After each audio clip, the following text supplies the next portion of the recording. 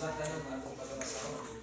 Para ako sa pasalamatan ng atong pastor, Pastor Gino Tujakerde, kauban sa iyang pag-minister sa iyang ministry. Sa kamataon kayong awit na ilang ihalap sa Ginoo, nining kabutagon. Ang awit ng kaigsunan, dako kayo o kinigangitawa ko, makuha na to nga pagtulunan ni ini. Ano na yung mga linya dito na nag-iingon, Ginoo ko kaluy na ako. Diba? Tungkol kayo dito sa mga alamiton, mga kaigsunan, dito ang mga linya na dunay mga pag-antos, dunay mga pagsulay diha sa kinabuhi sa matag individual na tao.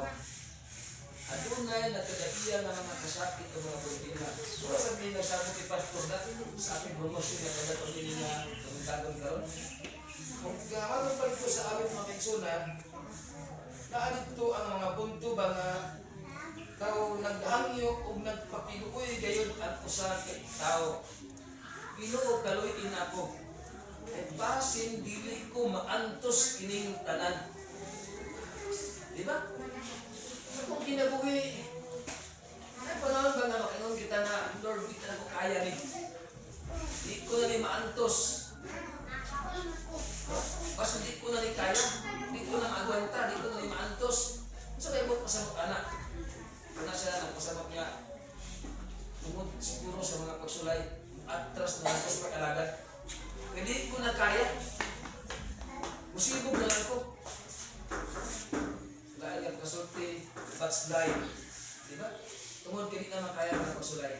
Pandunay mga padasi dito, Ginoo kaluy ako. Ano na ba? Diba? So dili kita angay mawatan sa paglao mga kaigsunan. Kinanali kita nga mapadayon ta sa unahan. Luyo sa nakailain ng mga pagsulay, na mo abot kung ginabit, padayon ta. Padayon ta nga magtuon, padayon ta.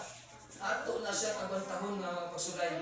Ika na ato ka nang malampasan. Kung nga naman, kana siya ng mga pagsulay, wala ra na siya sa kinabuhi ni Job. Ang mga pagsulay. Wala ra na sa kinabuhi ni Ginoong Hesus sa iyang pag-antos ito sa kabayo sa krus. Wala ra na siya. Sa kaya nato na, kung dili kung tatagaan sa Ginoo, magpasulay kapit nato kaya. Kaya na kayo balo, ang Ginoo, kung noon sa atong capacity, Diyos pag-alagad. Dili na tagaan ang mga